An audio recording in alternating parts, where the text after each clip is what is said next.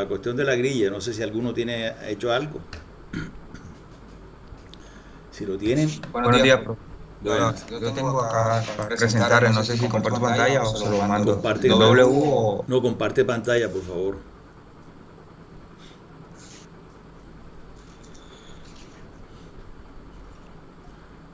Tengo que zafar yo la pantalla, ¿cierto? Robinson. Sí, bro. Listo.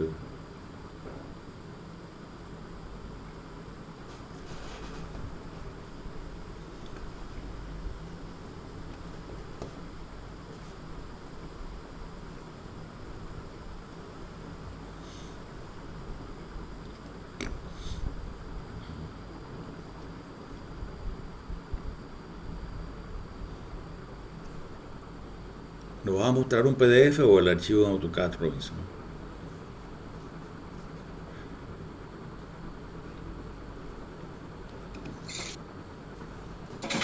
Qué pena, profe, estaba hablando de... Sí, aquí está el archivo en AutoCAD, no sé si lo alcanzan a ver. Yo no lo veo, no, todavía no lo veo, no sé si los demás lo alcanzan a ver. Yo tampoco. Ahora sí. Bien, te quedó bien chévere, ¿eh? Te quedó bien bonito. Perdón, disculpen. Vuelve y comparte, Ahora sí. vuelve y comparte. Con todo el internet. Sí. Muy bien, muy bien. Bueno, entonces... ¿Sabes qué te faltó? Mira, la Robinson, pregunta... una sola observación, mira. Te faltó la distancia de esta de aquí, del voladizo este. ¿Esta? De aquí, o sea, de uno hasta acá, hasta la línea del voladizo aquí. Así como hiciste acá arriba, mira. 2.45 te faltó este de aquí abajo. La distancia es desde aquí hasta acá. O sea, la longitud de esta barrita que está acá. Profe, denme una coordenada porque en realidad no estoy perdido. Digamos 1A, 2B porque en realidad no sé. Listo, tú en la burbuja 1, ahí arrancas hasta la burbuja 2, 3, 4 y luego sigues acotando el balcón, el voladizo superior. Aquí, esta de aquí. Exacto, pero te falta el voladizo inferior. O sea, hacia abajo de la burbuja 1, aquí donde... bueno, es que... Perdón, es que no... Es que está acá. Sí, yo estaba moviendo el ratón acá pensando que ustedes lo veían. Esa, desde ahí hasta la burbuja 1, que sería la luz del voladizo inferior, o sea, el ancho del balcón, el balcón de abajo. Ok, de aquí a aquí. Eso es, pero lo colocas aquí debajo de la burbuja 1. Exacto, acá. Eso es. Bien, realmente okay. es sencillo, ¿cierto? Realmente, Sí. y la exigencia de manejo AutoCAD es solamente eso, lo que le digo, línea, círculo, y texto y dimensión. Básicamente son esos 4 comandos. Profe, aquí, sé que esta es la línea de eje, ¿cierto? Esta y esta. Sí, parece que ya colocaste como, incluso el ancho de la viga. La orientación de la viga, pero ¿sí es necesario o no a la hora de...? Esa era la siguiente tarea, pero veo que te has adelantado y te felicito. Ok. Bueno, listo. Bueno, pero profe, después ajustamos el ancho de esas vigas, okay.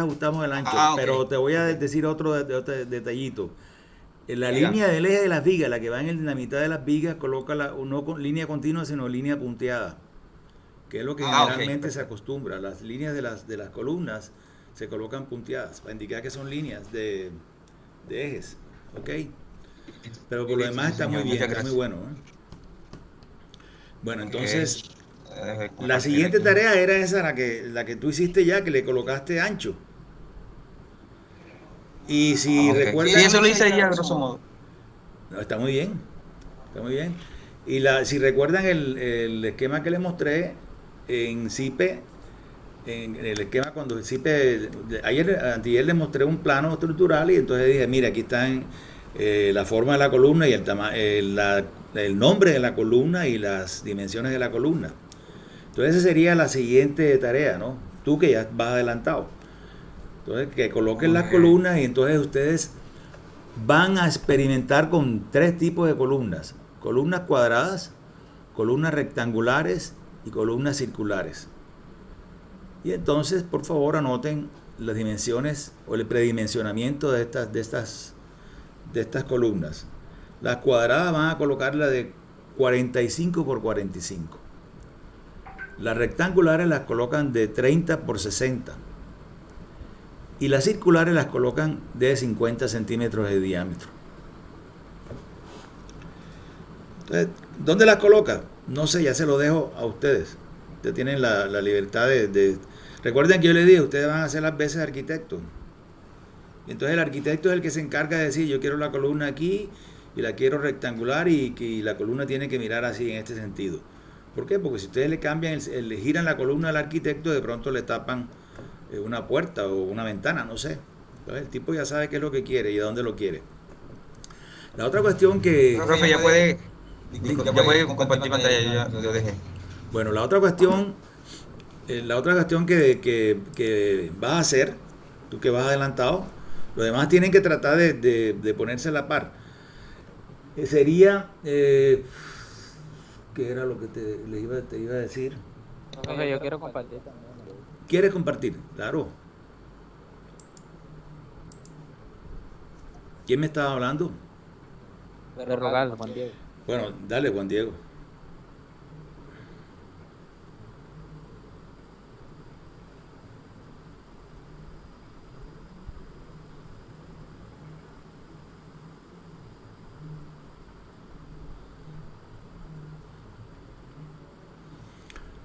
Muy bien, agrándalo un poquito.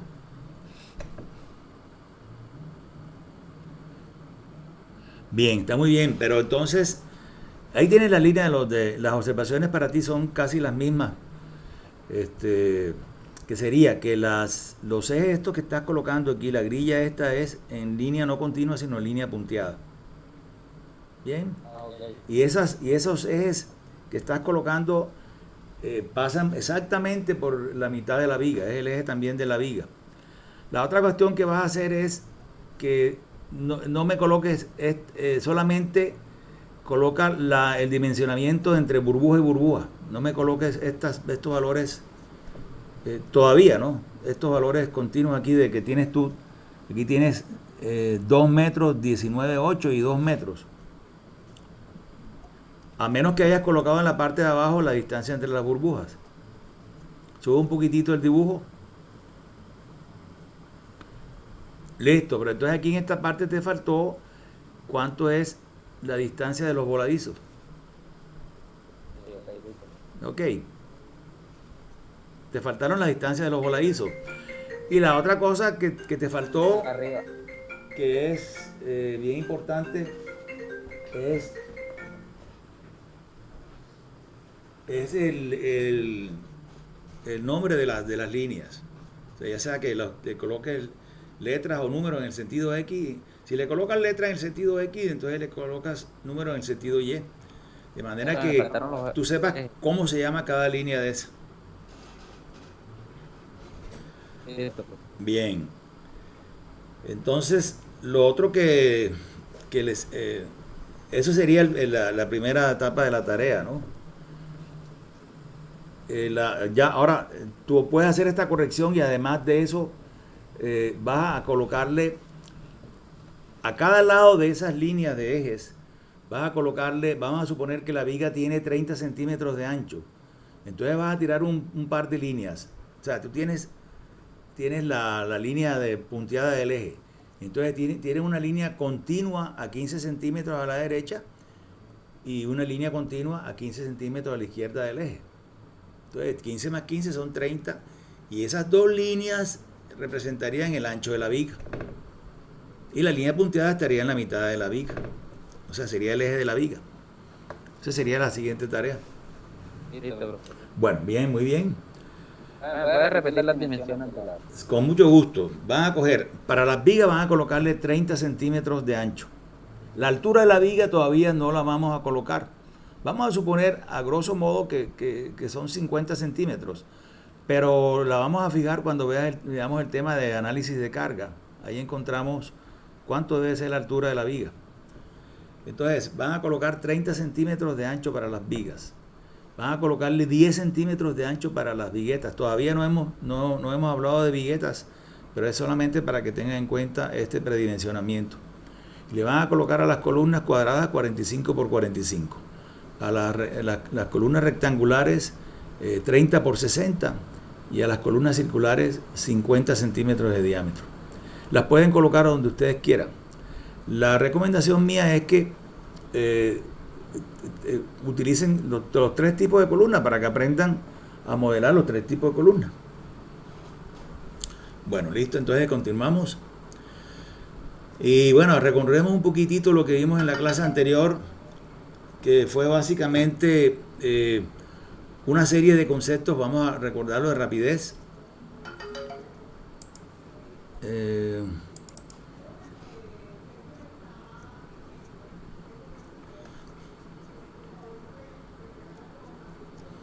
Habíamos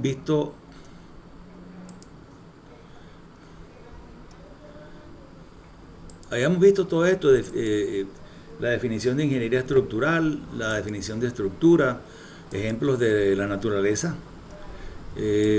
Habíamos visto cuál es el alcance del curso. Y yo les había mostrado aquí en el listado, en el contenido del curso, les había mostrado... un momentico, déjenme, yo le pongo silencio a esta vaina que me está... Profe, está compartiendo la pantalla. Probablemente no, pero ahora la comparto. ¿Oíste? Déjame un momentito, yo ubico aquí el contenido del curso. Ahí la voy a compartir. Ahí.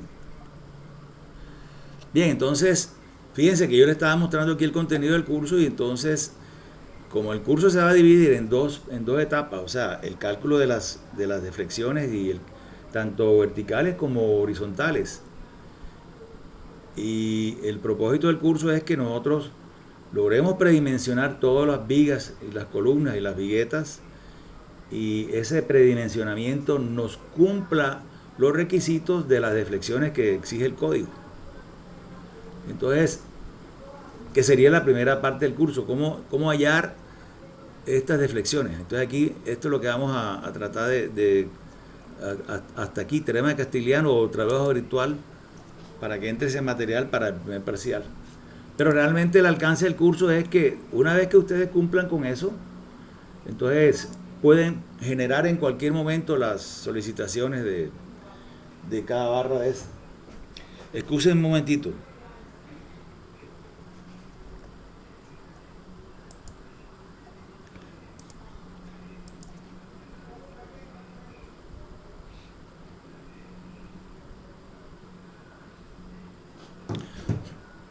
Listo.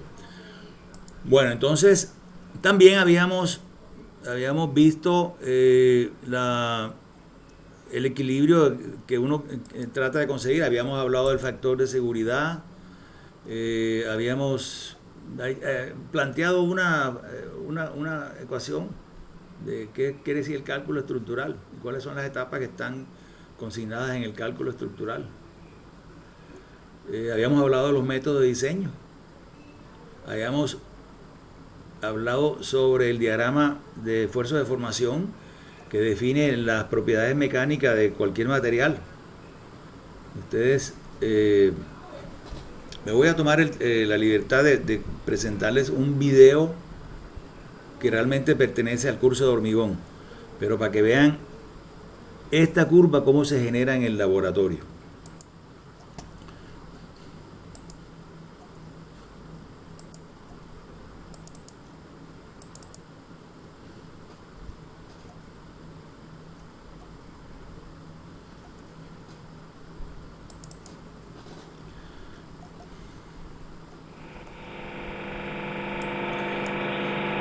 Bien, lo que ustedes están viendo ahí es un ensayo de una barra de acero, ¿no?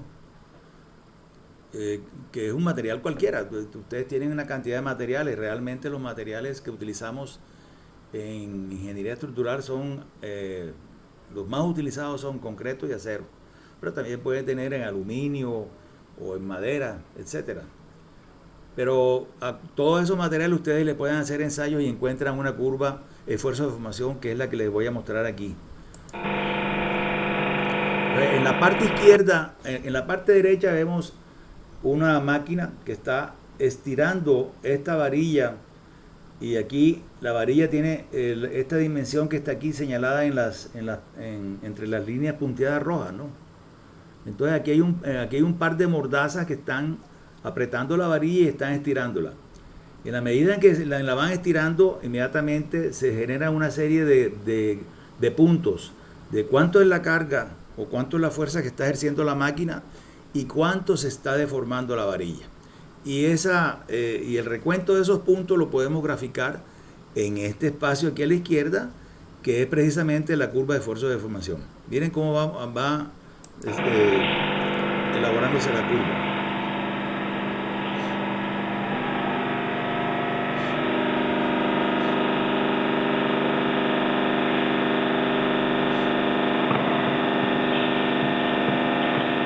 Fíjense cómo se va estirando rápidamente la varilla, ¿eh?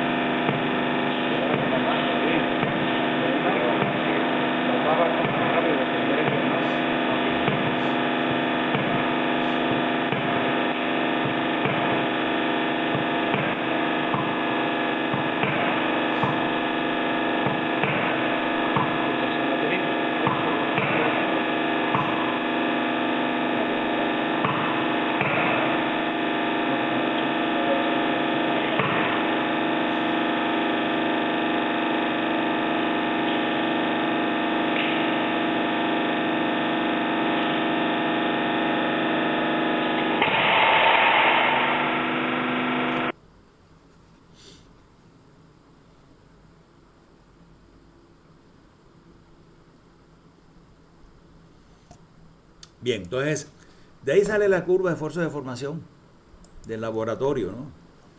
Entonces es una parecida a esta que está acá.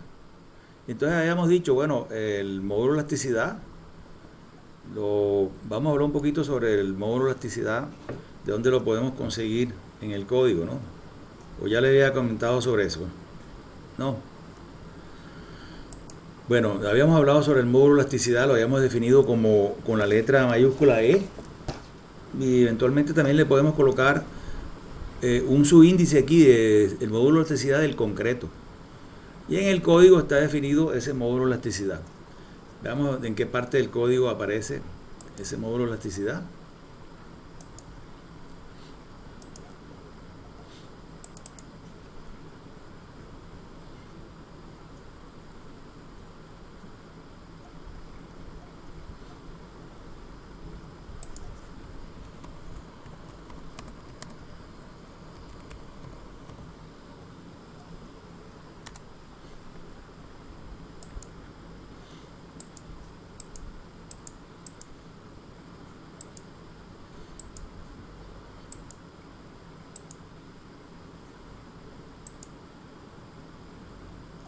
Y ahí tenemos las ecuaciones del módulo de elasticidad. Son estas ecuaciones que están acá. ¿No se las habían mostrado en la clase anterior?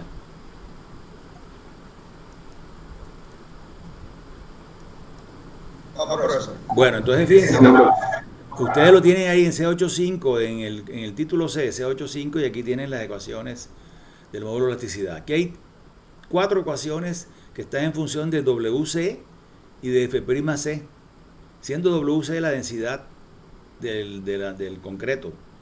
Si ustedes conocen la densidad, pueden utilizar estas ecuaciones que están acá, teniendo en cuenta este requisito que si el agregado grueso es de origen ígneo, o si es de origen metamórfico o sedimentario. Entonces tenemos 3 ecuaciones. En el caso de que conozcan la densidad del concreto y no sepan de dónde proviene el agregado grueso, entonces pueden utilizar este promedio que está aquí.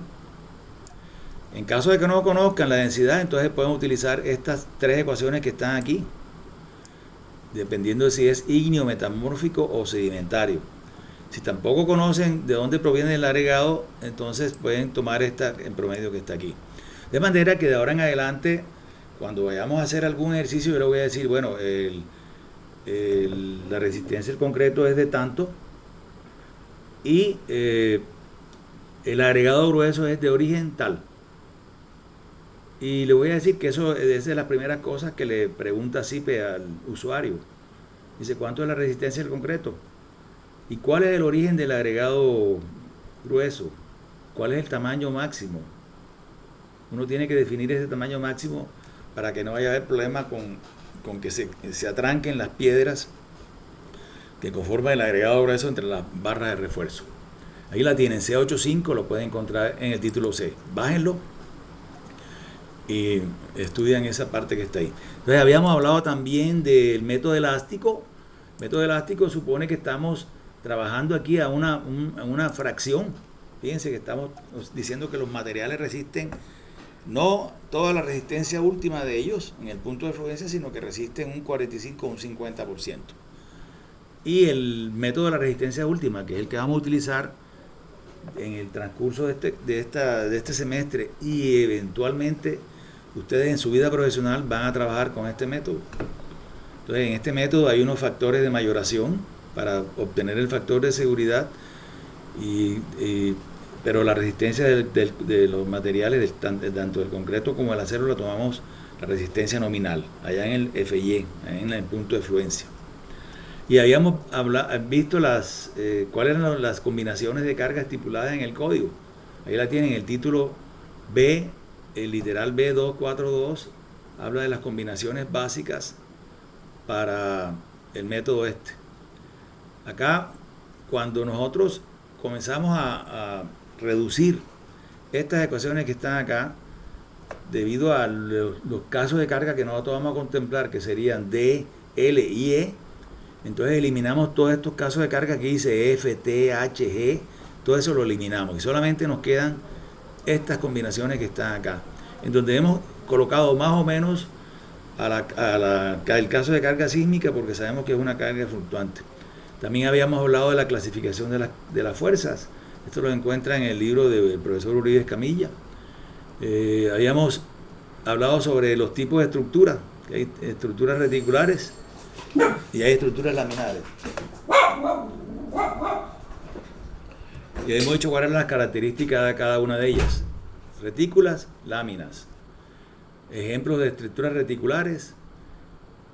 Ejemplo esta es una estructura laminar reticular, pero el ejemplo de una estructura laminar sería, por ejemplo, una piscina o un tanque o un muro de contención. Habíamos hablado de los tipos de fallas y dónde se ubican cada una de esas fallas aquí en la curva esta de fuerza de deformación. Fíjense que la falla que tuvo la barra esa que estaban experimentando en el laboratorio fue del tipo 4, separación total, ¿cierto? O sea, ella primero incursionó en la deformación permanente. O sea, esa barra quedó estirada, se le quita la fuerza, ella queda estirada, no regresa a la longitud inicial.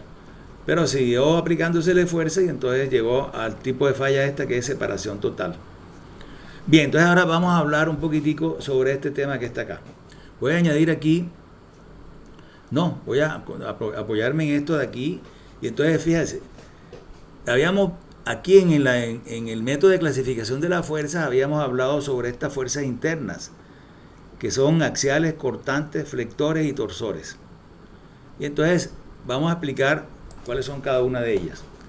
Cuando nosotros tenemos una barra en un espacio tridimensional, de una estructura reticular, entonces vamos a tener tres ejes de referencia. El eje 1, que es el eje longitudinal de la barra. El eje 2, que es un eje perpendicular al eje 1, pero en sentido vertical. Y el eje 3, también perpendicular al eje 1, pero en sentido horizontal. Y alrededor de cada uno de esos ejes nosotros podemos aplicarle a esta barra, ya sea un vector fuerza o un vector momento.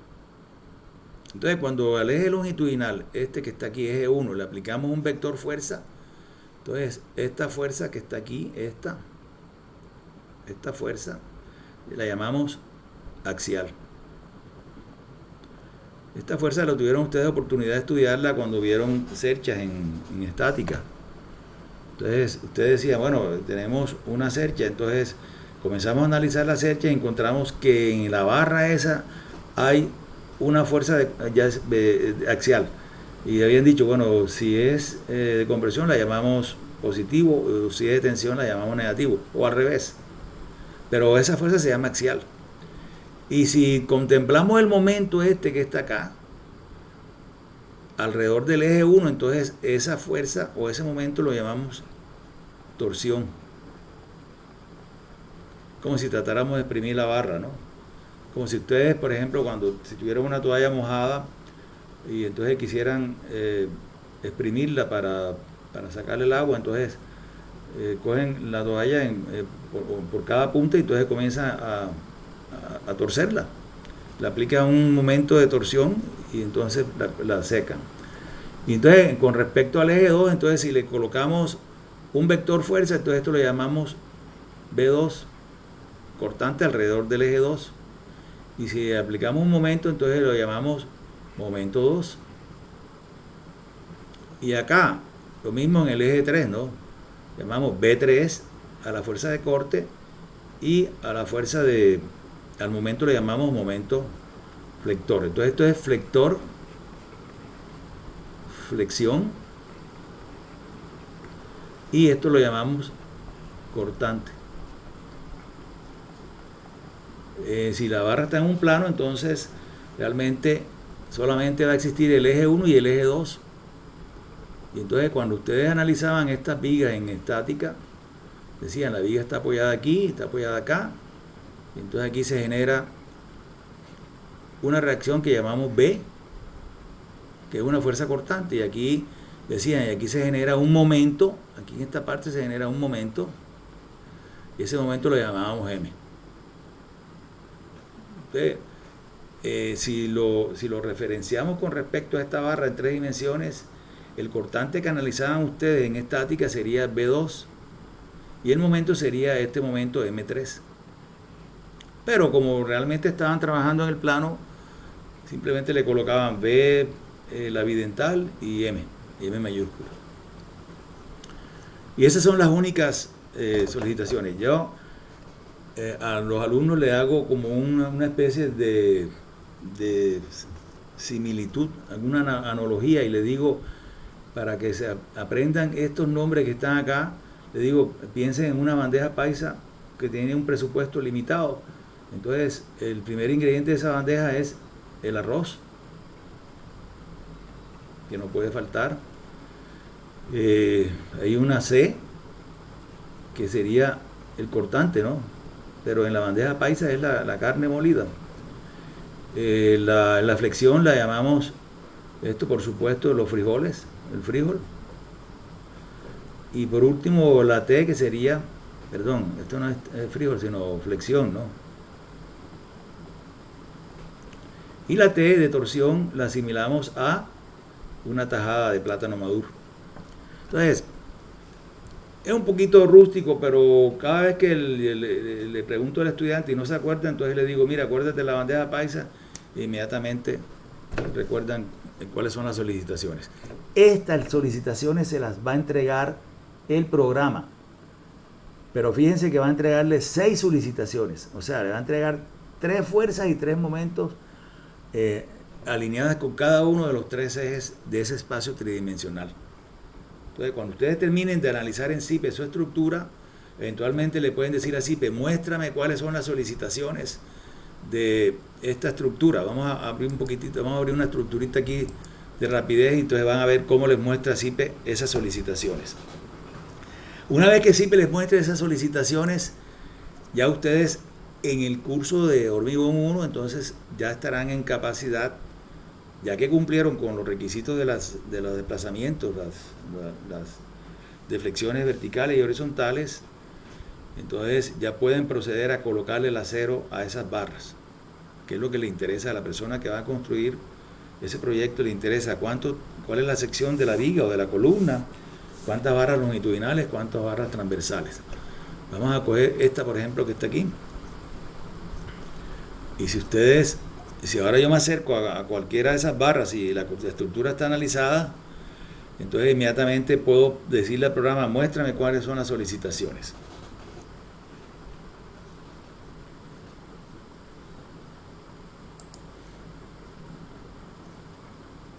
Entonces fíjense, por ejemplo, aquí en esta parte, que yo le diga a CIPE, muéstrame en la columna esa,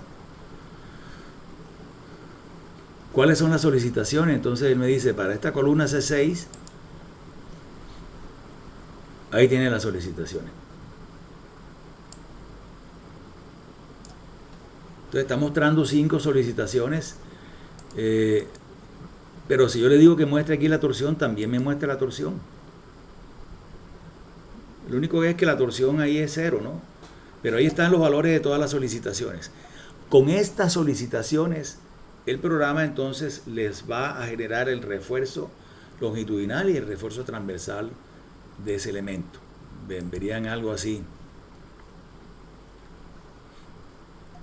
Aquí tienen un refuerzo longitudinal, que son las barras verdes esas que ustedes están viendo ahí, y tienen unos rectángulos azules con unos ganchos que son los estribos de refuerzo. Listo. Entonces, salgámonos de aquí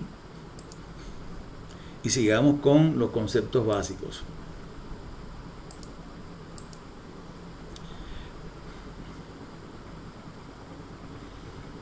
Bueno, aquí está un poquitico la explicación de eso, solicitaciones, tal y cual, pero ya se los expliqué. Ya podemos seguir. Solicitaciones, axial cortante, flexión y torsión. Y entonces hablemos un poquitito, déjenme yo veo el contenido del curso acá.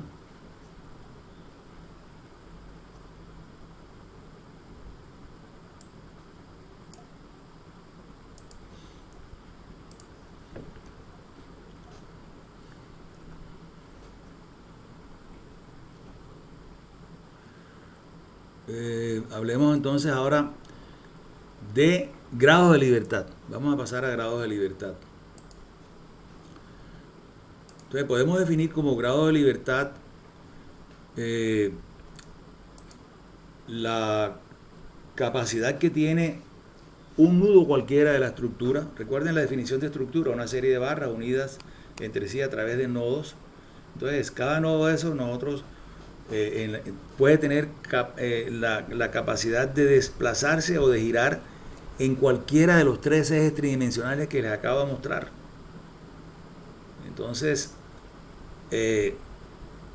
tenemos 3 traslaciones y 3 rotaciones. Y el símbolo de por ejemplo, cuando el nudo es completamente libre, sería el puntico este que está aquí. Y al opuesto, cuando el nudo está completamente restringido, que no se puede mover ni puede girar, entonces sería el símbolo este de acá de voladizo. Y tenemos unos símbolos intermedios que son articulados, que ya ustedes tuvieron oportunidad de utilizarlo en estática. Cuando ustedes estudiaban la viga simplemente apoyada, le colocaban en el extremo izquierdo, le colocaban un extremo articulado. Y en el extremo derecho le colocaban un apoyo simple. O sea que él se puede desplazar. Y entonces nosotros podríamos codificar estas situaciones, suponiendo por ejemplo que si colocamos un 1 significa que no se puede mover, y 0 que sí se puede mover o puede girar. Y si contemplamos esta barra en 2 dimensiones, entonces si tenemos 2 dimensiones solamente podríamos tener, si las dimensiones son estas, ¿no? En este plano XY, y esta es la barra, entonces cada nudo de esta barra podría tener un desplazamiento en X, un desplazamiento en Y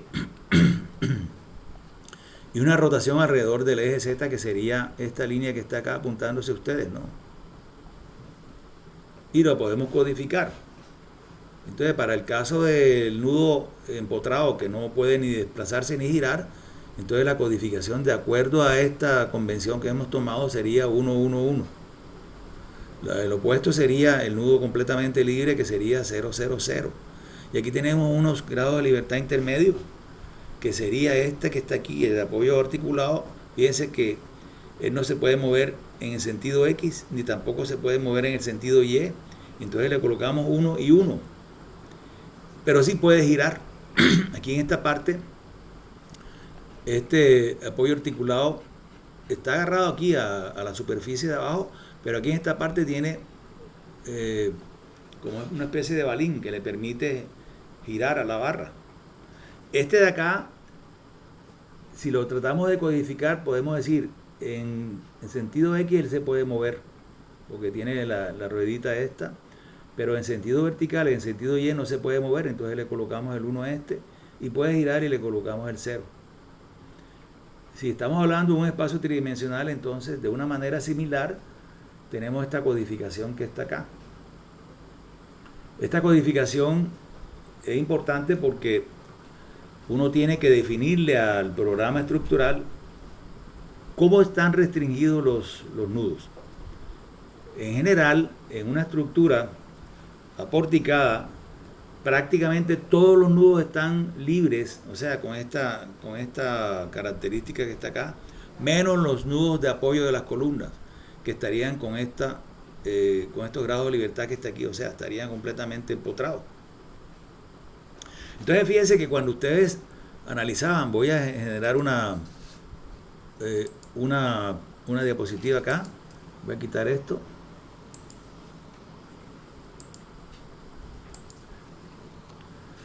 Entonces, cuando ustedes decían en estática, bueno, analizar la viga, entonces simplemente apoyada, entonces le colocaban el apoyo articulado a la izquierda y le colocaban el apoyo simple a la derecha, y entonces una carga tal, y entonces decían, bueno, acá en la parte izquierda voy a tener una reacción vertical y una reacción horizontal.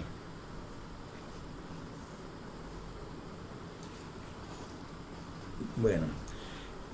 Y en la parte derecha ustedes decían solamente tiene una reacción vertical. Pero fíjense lo que estamos haciendo nosotros. O sea, cuando codificamos esto, el apoyo articulado, el código era 110 y el apoyo simple era 010. Entonces este sería 110 y este sería 010. Que es exactamente lo que ha sucedido aquí, en donde yo restringo el movimiento o el giro de un nudo cualquiera, inmediatamente se me presenta una reacción. O sea, si yo le restringo el movimiento en X a este nudo que está aquí, inmediatamente se me genera esta reacción que está acá. Si le restringo el movimiento en el sentido Y, en sentido vertical, se me presenta esta reacción que está acá. Aquí, esta con esta y esta con esta. Para el giro no hay ninguna restricción, entonces le colocamos 0 acá. En otras palabras, cada vez que ustedes restrinjan un grado de libertad, se les presentan, ya bien sea un vector fuerza, si están restringiendo el desplazamiento, o se les representa un vector momento si están restringiendo el giro de la estructura. Entonces, en ese orden de ideas, entonces, si yo tengo este tipo de empotramiento, entonces el que tenemos acá 1, 1 y 1, según la codificación, efectivamente cuando ustedes analizaban estas estructuras, les decían, tengo una reacción vertical, una horizontal y además de eso tengo un momento. Listo, esto es lo concerniente a grados de libertad. Entonces lo importante aquí es entender que ustedes tienen que restringirle ciertos grados de libertad a ciertos nudos de la estructura.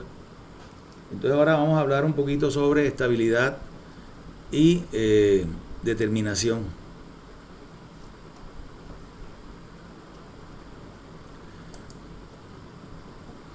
Y aquí esto sería prácticamente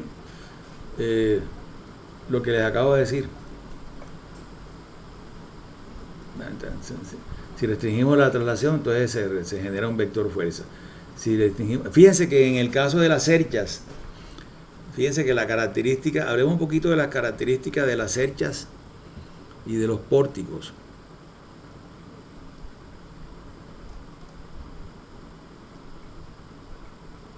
No lo tengo aquí.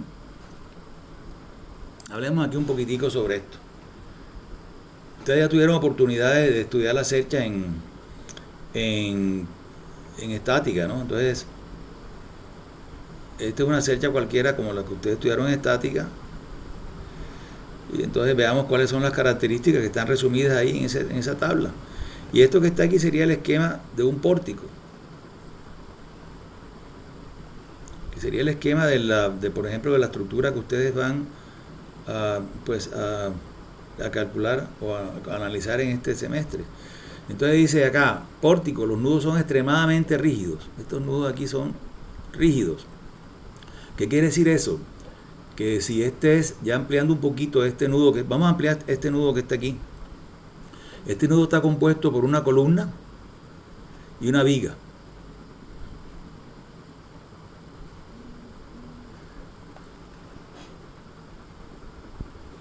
Y la característica de esta columna y esta viga es que aquí forma un ángulo de 90 grados. Este ángulo aquí de 90 grados. Pero este nudo que está aquí no tiene restricción, como si lo tiene, por ejemplo, el nudo este que está en la base. O sea que este nudo se va a desplazar y va a girar. Entonces cuando él se desplaza y gira, queda en esta posición.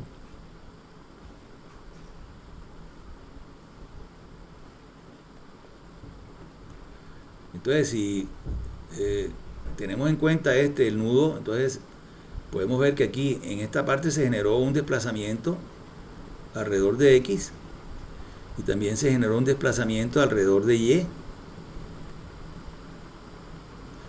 y también se formó un ángulo aquí de giro alrededor de Z, pero el ángulo entre las barras permaneció de 90 grados. Entonces a eso se refiere este primer punto que dice que los nudos son extremadamente rígidos. Pero fíjense que en la cercha lo primero que ustedes decían era que los nudos eran articulados. Eso el profesor se lo decía, la cercha, nudo articulado. ¿Qué quiere decir eso? Que tiene este tipo de apoyo.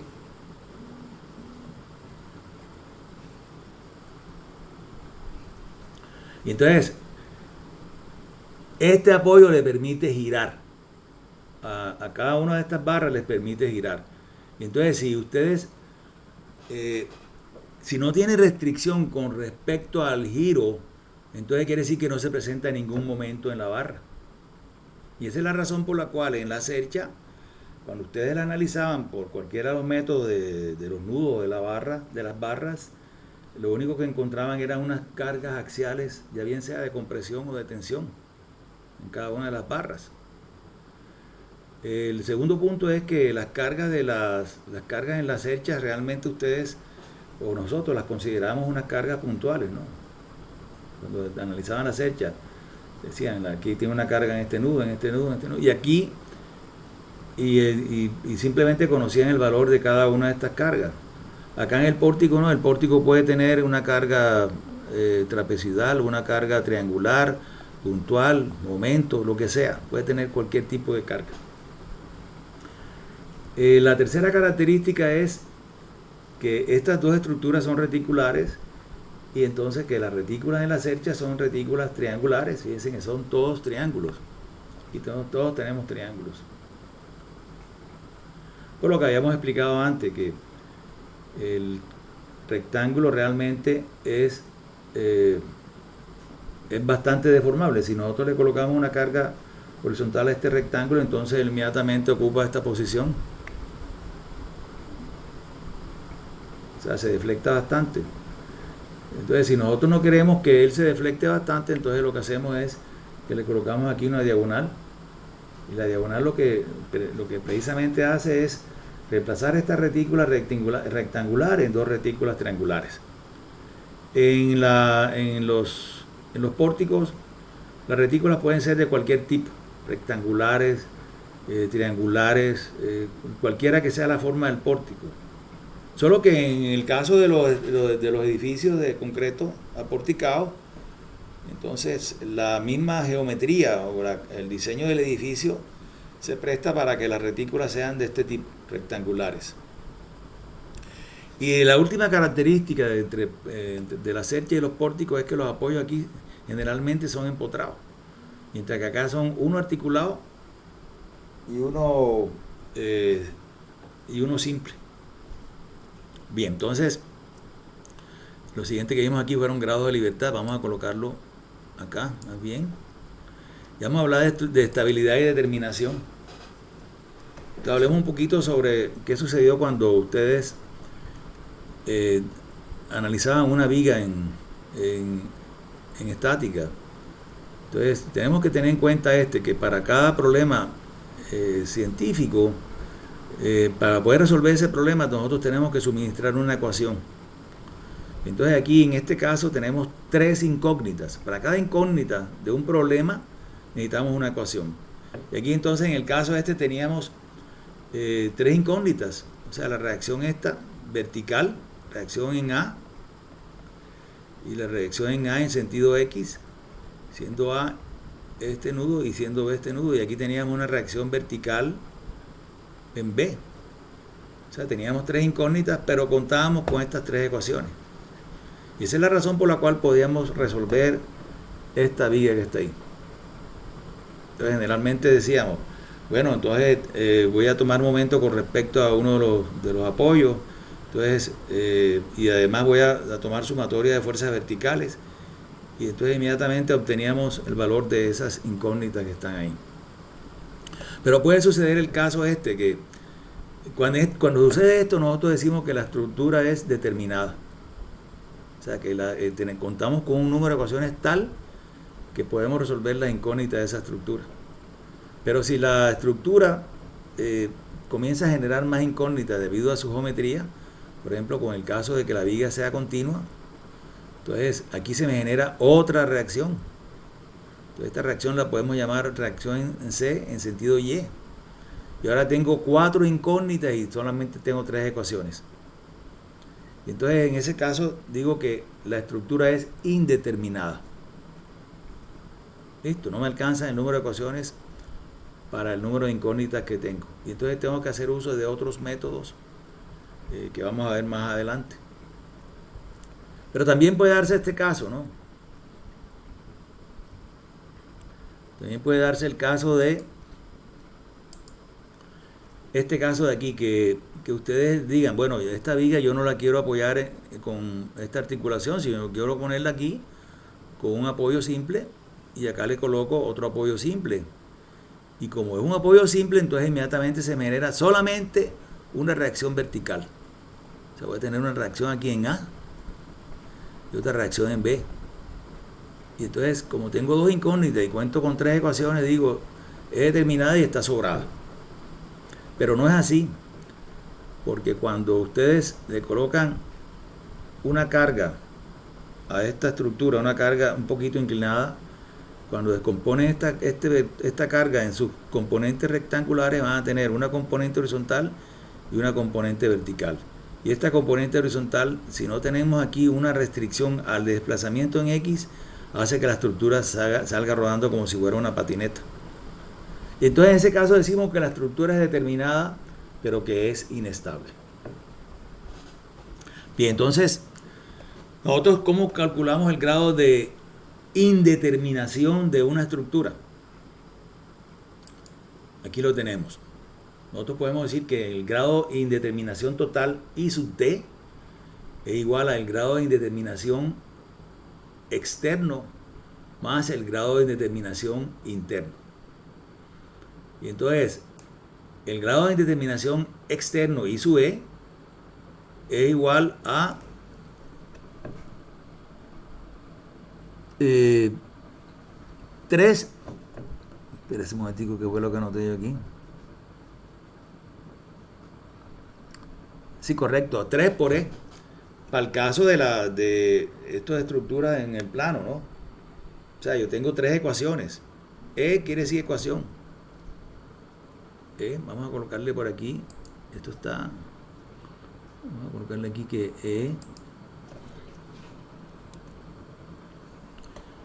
E quiere decir ecuaciones.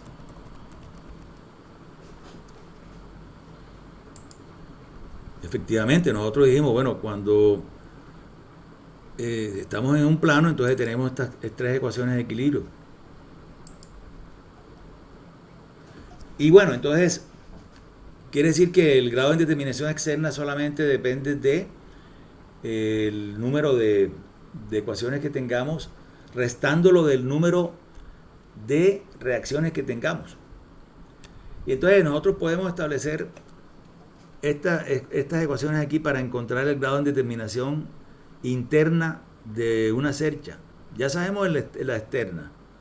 La interna sería, planteando esta ecuación que está acá, dice 2 por J, siendo J el número de nudos, es igual a B más R, siendo B el número de barras y R el número de reacciones. Entonces yo evalúo la parte izquierda de la ecuación y evalúo la parte derecha, y si son iguales quiere decir que no hay ninguna indeterminación. O sea, la parte izquierda menos la parte derecha me da 0. Pero si tengo una desigualdad, o sea, si 2J es mayor que BR, o al contrario, si 2J es menor que B más R, entonces simplemente hago la diferencia entre las dos y eso me da el grado de indeterminación interno.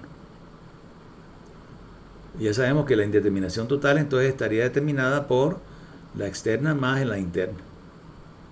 En el caso de los pórticos, tendríamos la indeterminación interna es igual a 3 por n, siendo n el número de retículas cerradas. Entonces tenemos aquí el pórtico.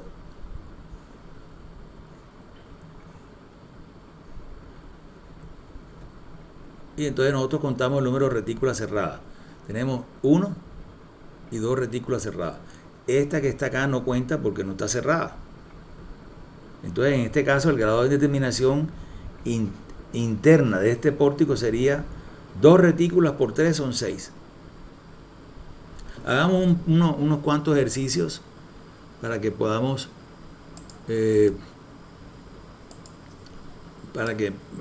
entendamos un poquitito mejor esto. Vamos a quitar esto que está acá y voy a plantear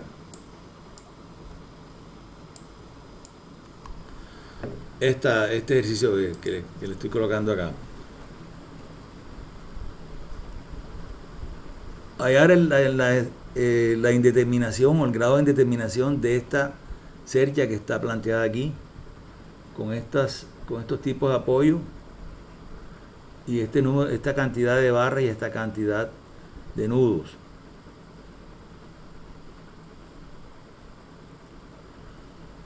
Bien, entonces nosotros lo primero que hacemos es, de acuerdo a la restricción que le coloquemos a los apoyos, entonces inmediatamente decimos, bueno, aquí se me genera una y 2 reacciones y aquí se me genera otra reacción. O sea que R igual a 3, pero el número de ecuaciones es igual a 3. Sumatoria de X, sumatoria de Y y sumatoria de momentos. Entonces inmediatamente yo digo, el grado de indeterminación externo es 3 menos 3 igual a 0. Entonces ahora me voy para el grado de indeterminación interno, que está representado por esta ecuación que está aquí. 2 por J igual a B más R. Entonces lo que tengo que hacer es contar el número de nudos. Yo digo 1, 2, 3, 4, 5, 6, 7 y 8. Y ahora voy a contar el número de barras. Digo 1, 2, 3, 4, 5, 6, 7, 8, 9, 10, 11, 12 y 13. Entonces digo, bueno, J es igual a 8, B es igual a 13, R es igual a 3, y entonces evalúo la parte izquierda, digo 2 por 8, 16. Y ahora evalúo B, la parte derecha, que sería B más R, que sería 13 más 3, 16. Entonces cuando resto la parte izquierda de la derecha me da que es 0. O sea, esta parte aquí me da 0, 16 menos 6, 16, 0. Y entonces digo, bueno, la indeterminación interna es igual a 0 también, y la indeterminación total sería la sumatoria de las dos, o sea, 0 más 0 igual a 0. O sea que esa estructura es estáticamente determinada. Y esa es la razón por la cual ustedes pudieron en el curso de estática resolver cada una de las barras esas que tienen ahí. En el caso de que tuviesen, ahora en el caso de que tuviesen un pórtico, entonces en el caso del pórtico tendríamos esta situación.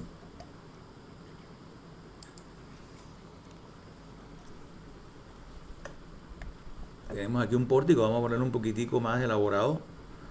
Vamos a suponer que fuera por ejemplo, el edificio de una universidad que tiene 3 pisos, ¿no? Tiene una serie de columnas acá.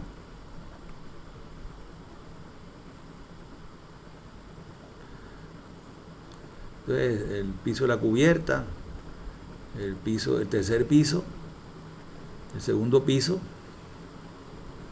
Y entonces aquí tenemos estos tipos de restricciones, unas restricciones de empotramiento acá. Bien, entonces, de acuerdo al grado de restricción que le coloquemos a los apoyos, entonces inmediatamente analizamos cuántas reacciones se nos presentan. Entonces digo aquí, se presenta una horizontal, una vertical y un momento. Horizontal, vertical, momento.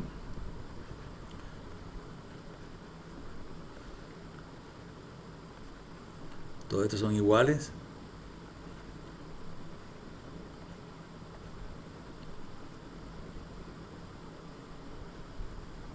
O sea que el número de reacciones sería 1, 2, 3, 4, 5, 6, 7 por 3, 21. Ese sería el número de reacciones. El número de ecuaciones con las que cuento siguen siendo las mismas 3, sumatoria de fuerzas en X, sumatoria de fuerzas en Y y sumatoria de momentos.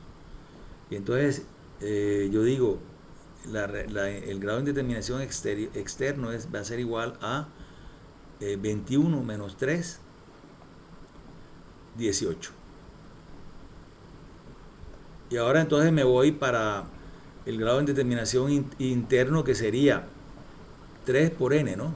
Siendo n el número de retículas cerradas. Entonces digo, tiene 1, 2, 3, 4, 5, 6, 7, 8, 9, 10, 11 y 12 retículas. Entonces 3 por 12, 36. Y entonces, esta sería la indeterminación interna. Y por lo tanto, la indeterminación total, entonces será la sumatoria de las dos, 18 más 36. Entonces estaríamos hablando de 54. O sea que teóricamente yo necesitaría 54 ecuaciones para poder resolver esta estructura. Bien, ¿quién tiene alguna pregunta hasta aquí, jóvenes?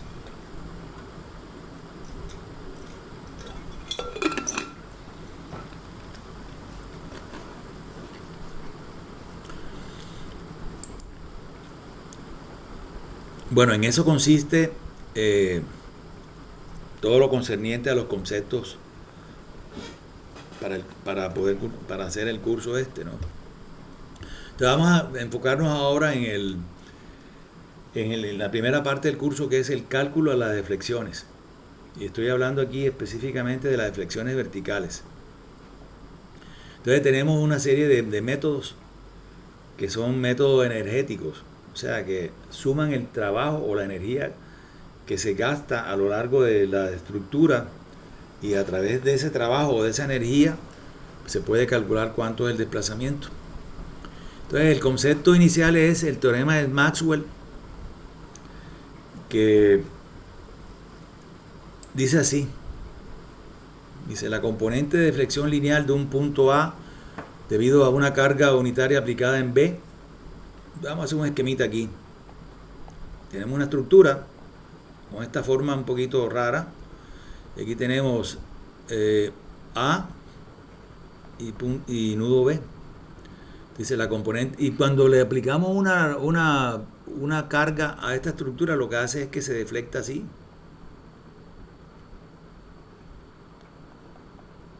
¿Cierto? Hace esta deflexión. Entonces, nosotros podemos medir esta deflexión. El punto A quedó aquí y el punto B quedó acá. Entonces, si yo le coloco ahora la carga que provocó esta deflexión, vamos a suponer que la carga sea aquí, vertical en el nudo B. Entonces, ahora sí le puedo encontrar un poquito de sentido a esto que está acá. Esta es la deflexión del punto A. Y ahora voy a hacer lo siguiente, voy a colocar la misma estructura, pero voy a cambiar los papeles, ¿no? O sea, la estructura también se va a deflectar, pero la deflexión va a estar provocada por la colocación de una carga ahora en el punto A, pero esta carga la voy a colocar en este sentido, ¿no?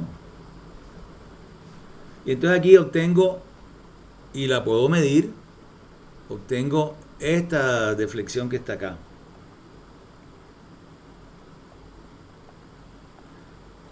En el mismo sentido de la carga, ¿no? Y aquí esta deflexión la tengo aquí en el mismo sentido de la carga. Y ahora sí tiene un poquito de lógica lo que estoy diciendo. Dice la componente de deflexión lineal, o sea, delta A, de un punto A debido a una carga unitaria aplicada en B, esta es una carga unitaria, es igual en magnitud a la componente de deflexión lineal de B, esta que está acá, debido a una carga unitaria aplicada en A en la dirección de la componente de deflexión lineal original en A. Entonces, como estamos hablando de deflexiones, entonces lo que está diciendo ahí es que el teorema es el de las deflexiones recíprocas. Y eso lo esbozó Maxwell. Maxwell le tuvo muchos aportes, pero más que todo también tenía... lo tenía también creo que en electricidad, algo así. El tipo tenía una cantidad de vamos a ver, le damos un poquitico sobre Maxwell. Miren acá dice, electricidad. Hay un teorema ahí en electricidad, hay teoremas de Maxwell, magnetismo, las ecuaciones de Maxwell para el electromagnetismo. Pero el tipo también hizo un aporte a la parte de estructural. Generalmente los científicos de esa época conocían un poquito de cada cosa, ¿no? Entonces era gente que no tenía distracción de ninguna clase con celulares o televisión o lo que sea, ¿no? Entonces simplemente o se acostaban a dormir o se dedicaban a estudiar. Entonces creo que hacían lo último. Entonces este es el teorema de Maxwell. Entonces luego vino Betti, un italiano apellido Betti, y planteó esto, ¿no? Entonces es exactamente el mismo esquema que les he planteado hasta ahora, pero entonces recuerden que la definición de trabajo, podemos decir que trabajo T, o yo creo que el trabajo se representa como delta, ¿no? Creo que es delta. Pero básicamente el trabajo tiene la misma definición de momento. Es una fuerza por una distancia. Fuerza por distancia. Y entonces lo que dijo es que no solamente eran iguales la deflexión en A y la deflexión en B, sino que también eran iguales los trabajos. Creo ya la letra de trabajo es W, que es work en inglés. Entonces decía, el trabajo en A es igual al trabajo en B. Lo amplío un poquito. Veamos acá, busquemos aquí a Betti.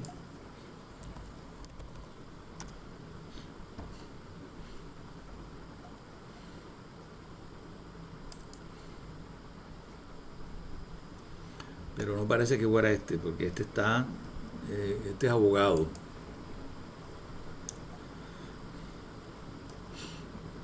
Vamos a colocar aquí Maxwell Betti.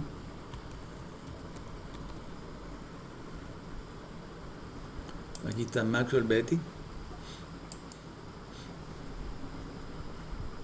Lo único que bueno, ya lo tradujo Enrico Betti. Entonces dice el teorema de Maxwell Betti, teorema de reciprocidad. Ahí está el tipo. Listo. ¿Qué es lo que sucede en la labor científica, ¿no? Alguien propone una teoría y la somete al escrutinio de la comunidad científica y entonces la aprueban o le rechazan eso. Pero eso va enriqueciendo la ciencia porque entonces más adelante se van encontrando aplicaciones para esa formulación. Entonces vamos a entrar entonces al primer teorema que realmente nos va a servir para el cálculo de la deflexión de una estructura. Me refiero al teorema al método de Castigliano. Y lo tenemos ahí. Método de Castigliano. Busquemos aquí al señor Castigliano.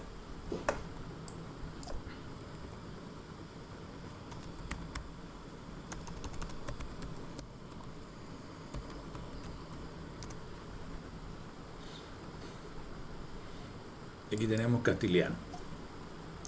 Pero no está el tipo. A mí me interesaba era verle la cara. No está. Oye, que falta de respeto. No han hablado nada sobre él, ¿no? Pero sí hablan sobre el teorema, ¿no? Tiene dos teoremas. Pero básicamente es este teorema que está aquí. La deflexión es la derivada parcial del trabajo con respecto a una carga ficticia P. Y la podemos expresar con esta ecuación que está aquí. Entonces aquí sería que la deflexión, que estamos llamándola como delta, en cualquier punto de una viga o de una estructura cualquiera, vamos a ver si tengo esto definido acá. No lo tengo definido, he debido definirlo.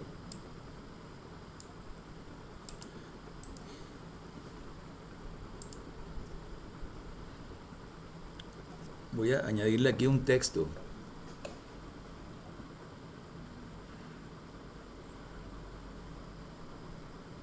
Un cuadro de texto aquí.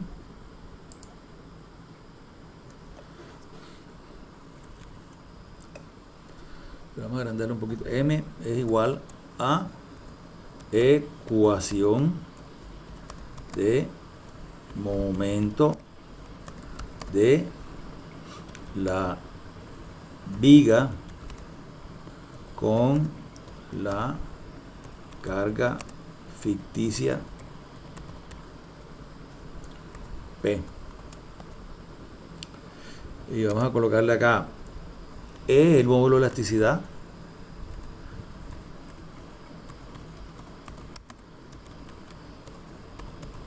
Fíjense que pero esto ya lo aprendimos a hallar, ¿no? Ya sabemos dónde encontrarlo, el valor de ese módulo. Y sería el momento rectangular de inercia.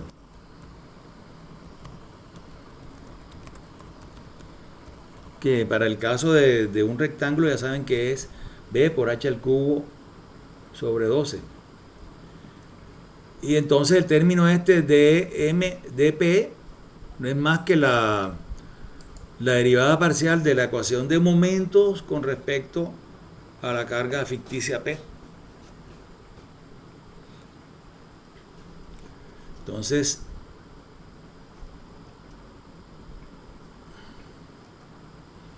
no tengo más nada aquí, entonces de aquí en adelante nos vamos a pie. Entonces, ¿cómo se utiliza el método de Castigliano? Ya me acordé, ya lo tengo por acá. Veamos acá.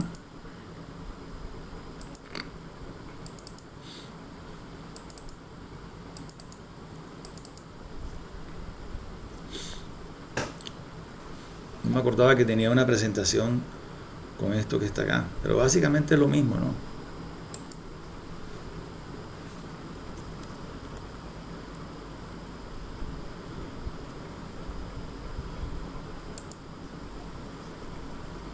Se bloqueó esto.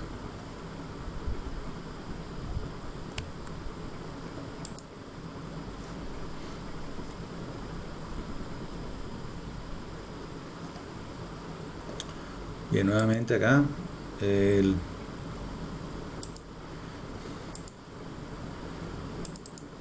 vamos acá.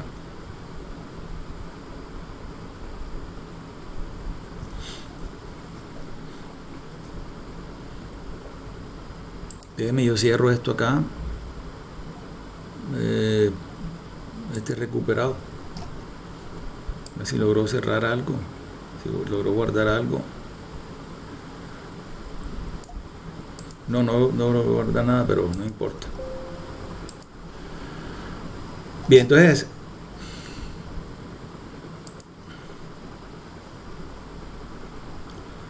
hablemos entonces un poquito sobre este método de Castigliano.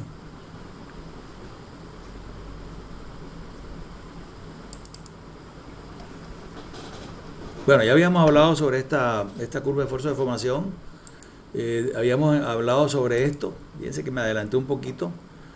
Y bueno, y aquí tengo una diapositiva en la cual podemos ver, por ejemplo, para el tipo de concreto que nosotros vamos a utilizar, que es de 21 megapascal, ¿cuánto sería el módulo de elasticidad? Suponiendo que no se conoce la densidad del concreto. Entonces, la ecuación que nosotros tenemos que utilizar, de acuerdo a la tabla C85 tal y cual, sería 4700 por raíz cuadrada de 21. Entonces, eso me da 21.538 megapascal. Entonces, haciendo la equivalencia, lo puedo pasar ya bien sea a kilogramos por centímetro cuadrado, aplicando esos factores de conversión que ustedes ven ahí, o lo puedo convertir a tonelada de fuerza por metro cuadrado. O sea, si yo cojo los megapascales y lo multiplico por 10.197, lo tengo en kilogramos de fuerza por centímetro cuadrado. Nosotros vamos a trabajar en toneladas fuerza por metro cuadrado. Entonces lo multiplico por 10 y me queda 2.153.811 toneladas de fuerza por metro cuadrado. Bien, entonces, bueno, aquí tenía yo la deformación, toda esta cosa la tenía aquí, no recordaba. Eso, bueno, ya lo vimos. Y entonces, aquí tenemos esto un poquito más explícito. Aquí hay una segunda ecuación que es exactamente igual a la primera, pero esta dice es teta. Recuerden que nosotros podemos tener un desplazamiento delta, este es desplazamiento, y también vamos a tener en cada uno de los nudos de la estructura giros.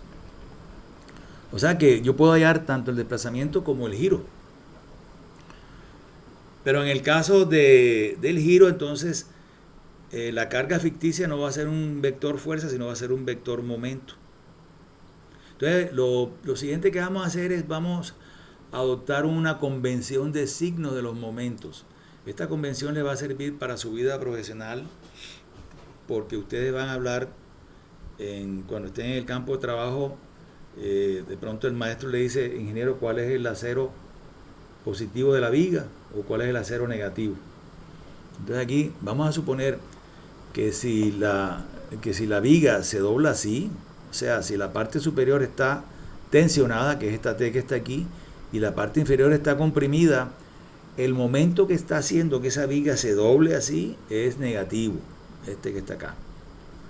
Y al revés lo contrario, ¿no? O sea, si se curva hacia arriba, entonces estaríamos hablando que la parte traccionada es la parte de abajo y la parte comprimida es la de arriba, y entonces llamamos a ese momento positivo. Esa va a ser la convención nuestra, ¿no?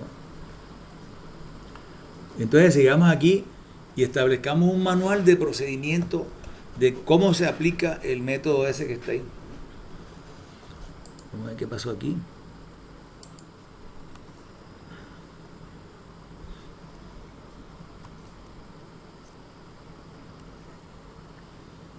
Aquí una vaina toda rara. Vamos a tratar de llevarme esto.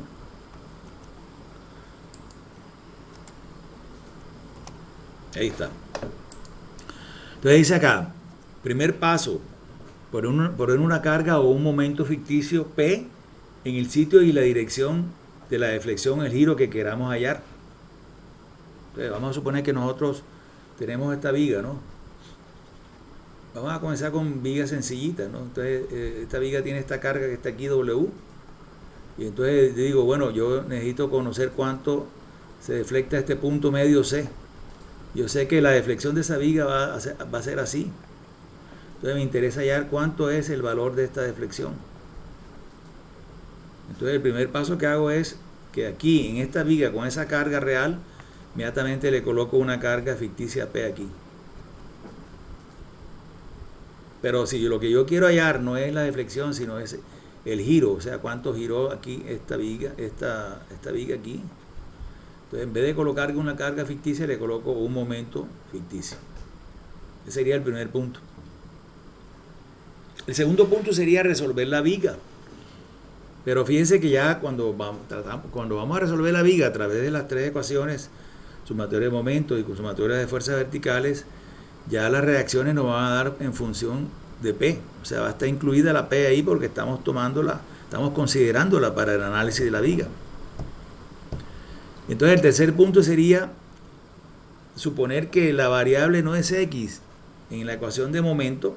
O sea, ustedes hallan la ecuación de momento y esa ecuación de momento va a estar en función de P. Entonces pueden hallar entonces la derivada parcial de esa ecuación de momento con respecto a P, suponiendo que la variable es P y no es X. O de otra manera, que todo lo que no sea P es una constante y se hace cero al momento de hacer la derivada.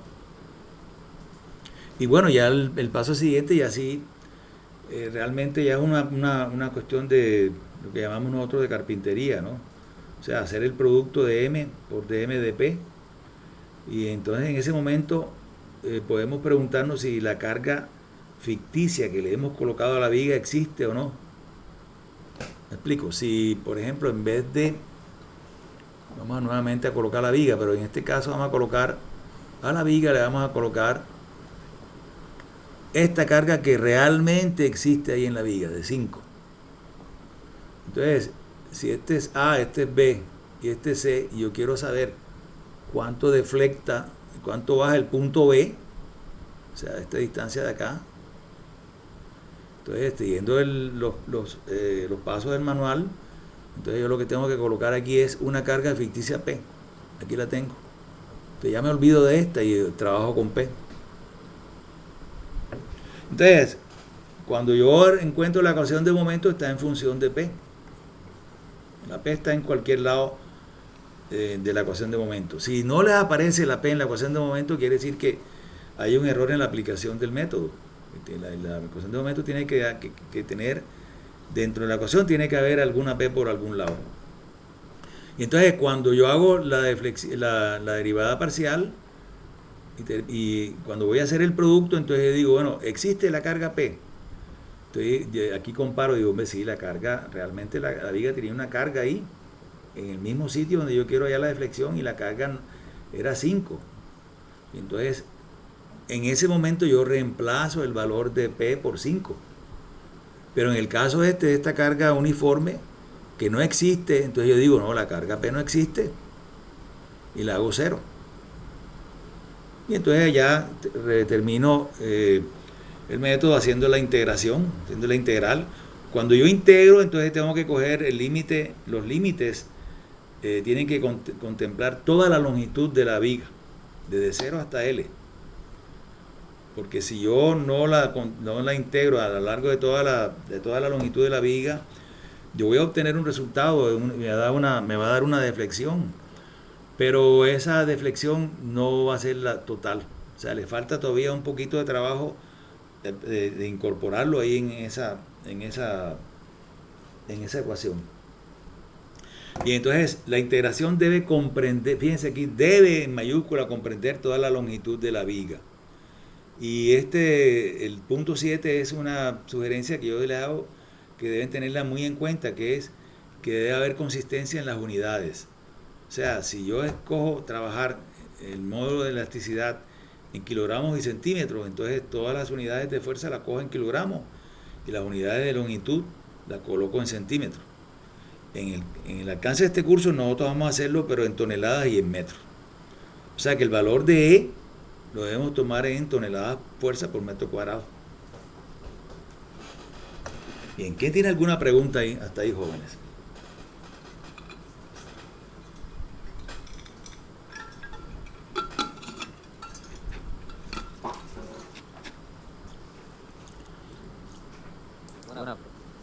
¿No hay preguntas?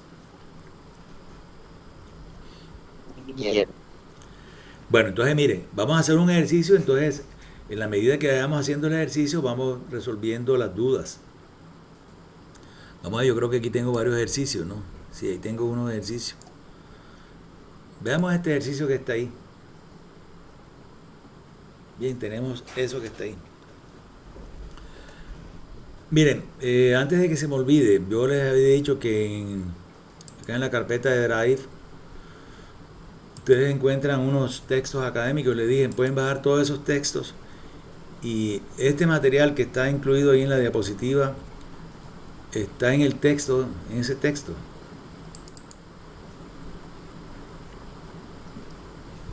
En este, ya les digo, y pueden bajarlo y pueden hojearlo. Y realmente es un libro, es sencillo, o sea, está diseñado para arquitectos. Entonces, si lo puede entender un arquitecto, pues con mucha mayor razón lo pueden entender ustedes, ¿no? Profe, ¿y las diapositivas no las puede mandar por el chat? Por supuesto, ahora cuando la termine, se las envío. ¿La quieren con apuntes o sin apuntes? Le quito la basura de todos los apuntes. Con apuntes, No. profesor. Con basura. No, La dejo con basura. Bueno, entonces no encuentro aquí. ¿Qué pasó aquí? No encuentro el texto este. El texto se llama Estructuras Básicas para Arquitectos. Vamos a darle clic aquí nuevamente a ver qué pasa. Parece que estoy en otro lado. Sí, estaba en otro lado, en otra carpeta. Pero recuerden que ustedes tienen permiso para entrar y rescatar cualquier documento aquí. Entonces aquí bájense este texto. Entonces comienzan a leer el texto porque es lectura liviana, ¿no? Entonces va hablando, explica esto otro, los materiales. Está diseñado para arquitectos, pero por una razón muy sencilla, porque los arquitectos ellos no ven materiales, ellos no ven estática, no ven resistencia a materiales. Ellos tienen análisis estructural y creo que son 5 semestres. O sea, quiere decir que en esos 5 semestres tienen que desarrollar todas estos tres cursos que les he mencionado, más análisis, más hormigón 1, más hormigón 2. Entonces, de alguna manera aquí se trata un poquitito sobre pues todo el contenido que debe tener un arquitecto. Aquí está todo, mire, grado de libertad, cerchas, pórticos, arcos, fuerza y esfuerzo, cargas actuantes, reacciones, métodos de diseño, aquí está todo. Vale la pena que lo bajen porque el ejercicio que voy a mostrarles acá, que lo voy a resolver a mano, ¿no? Acá. Pero, y como lo voy a resolver a mano, voy a añadir una diapositiva acá. Y después la mostramos cómo aparece acá, ¿no? Pero en el texto académico. Vamos a quitar todo esto que está acá.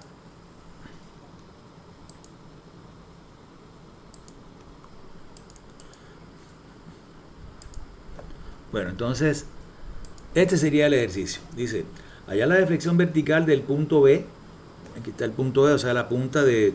Esta es una viga que está en cantilever, en voladizo. Entonces, la hemos nombrado como nudo A, el nudo que está empotrado, o sea, que está restringido. Y el nudo B es la punta del voladizo. Y entonces estamos diciendo que la longitud de la viga es de 3 metros y la curvatura que desarrolla es esta curva que está aquí. O sea que el punto B termina en esta posición B'. Y la carga que genera esa deflexión es esta que está aquí, 3 toneladas de fuerza. Entonces aquí tenemos otros datos adicionales que es cuánto es la sección de la viga y cuál es la resistencia del concreto. Entonces, viendo esta ecuación que está acá, lo primero que vamos a hallar, fíjense que el valor de E es constante. Una vez que nosotros lo hallemos, ya él no cambia, a menos que cambiemos la resistencia del concreto. Y el valor de I también es constante porque tenemos una sección determinada. Si cambiamos la sección, por supuesto que varía. Pero en este caso, como no vamos a cambiar ni el uno ni el otro, entonces I es una constante. Entonces vamos a hallar entonces el valor de E.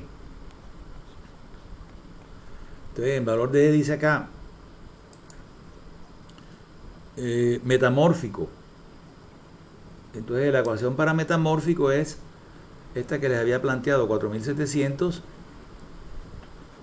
por por raíz cuadrada de F' más C, pero F' más C en megapascal. Entonces, para convertir de kilogramos de fuerza por centímetro cuadrado a megapascal, dividimos entre 10 aproximadamente. Entonces nos quedaría así, 4700 por raíz cuadrada de 21. Y entonces esto, para abreviar un poquito, fue lo que les mostré aquí, en esta parte. Ahí lo tenemos. O sea que el módulo de elasticidad expresado en toneladas de fuerza por metro cuadrado sería 2.153.811. Entonces lo colocamos aquí, 2.153.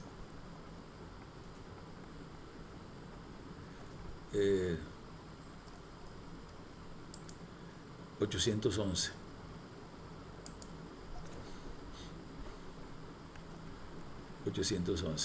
¿Cómo hago para quitarle esta vaina de aquí, oye? Ya, ahora sí. Bien, entonces ahora ya vemos vamos a hacerlo aquí arriba, ¿no? Para que me alcance un poquito el espacio. El momento de inercia, ¿no? El momento rectangular de inercia es igual a B por H al cubo sobre 12. Entonces, en la viga dice que tiene 20 por 30. Entonces, como quiera que estoy trabajando aquí en tonelada de fuerza por metro cuadrado, entonces tengo que expresar tanto la B como la H en metros. Entonces, si B es 20 centímetros, entonces lo coloco como 0,2, la altura como 0,3 al cubo y aquí sobre 12. Y entonces esto me da 0,00, no sé, ayúdame con la operación.